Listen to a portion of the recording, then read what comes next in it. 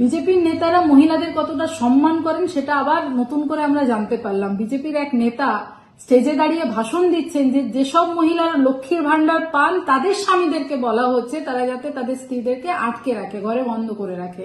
আমরা দেখেছিলাম বামফ্রন্টের আমলে মহিলাদের বাড়ি থেকে বেরোনোর উপর নিষেধাজ্ঞা ছিল, সেখানে মহিলাদের উপর বিজেপিরও সে একই রকমের মনোভাব আমরা দেখতে পাচ্ছি, যেখানে মাননীয় মুখ্যমন্ত্রী মমতা বন্দ্যোপাধ্যায় মহিলাদের আরো বেশি করে যাতে মহিলারা নিজের পায়ে দাঁড়ায়, নিজের পরিচয় বানাতে পারেন, সেই জায়গায় বিভিন্ন ধরনের প্রকল্প যেগুলো মহিলাদেরকে নিয়ে উনি শুরু করেছেন, সেখানে বিজেপির নেতারা মুখের মহিলাদের সম্মানের কথা বললেও প্রকৃত অর্থে তারা সম্মান করেন না। তারা চায় মহিলারা চিরকাল তাদের পায়ের তলায় যাতে থাকে, এবং সেই জায়গা থেকে মহিলাদেরকে ঘরে বন্ধ করে দেওয়ার নিদান দিচ্ছেন তিনি। আমি ধিক্কার জানাই এইসব মানুষদের যারা এই ধরনের কথাবার্তা বলছেন।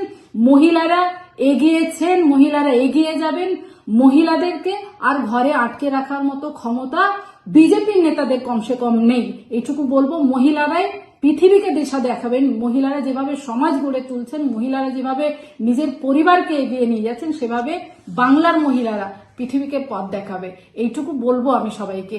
এবং সবাইকে বলবো, যেসব মায়েরা আছে, বোনেরা আছে, সবাইকে বলবো বিজেপির নেতাদেরকে ধিক্কার জানান, এবং আগামী দিন বিজেপির নেতারা যারা এইসব কথা বলছে, যারা ঘর থেকে যাতে না বেরোতে পারেন সেই ব্যবস্থা আমাদেরকে করতে হবে, মহিলাদেরকে একজোট হতে হবে।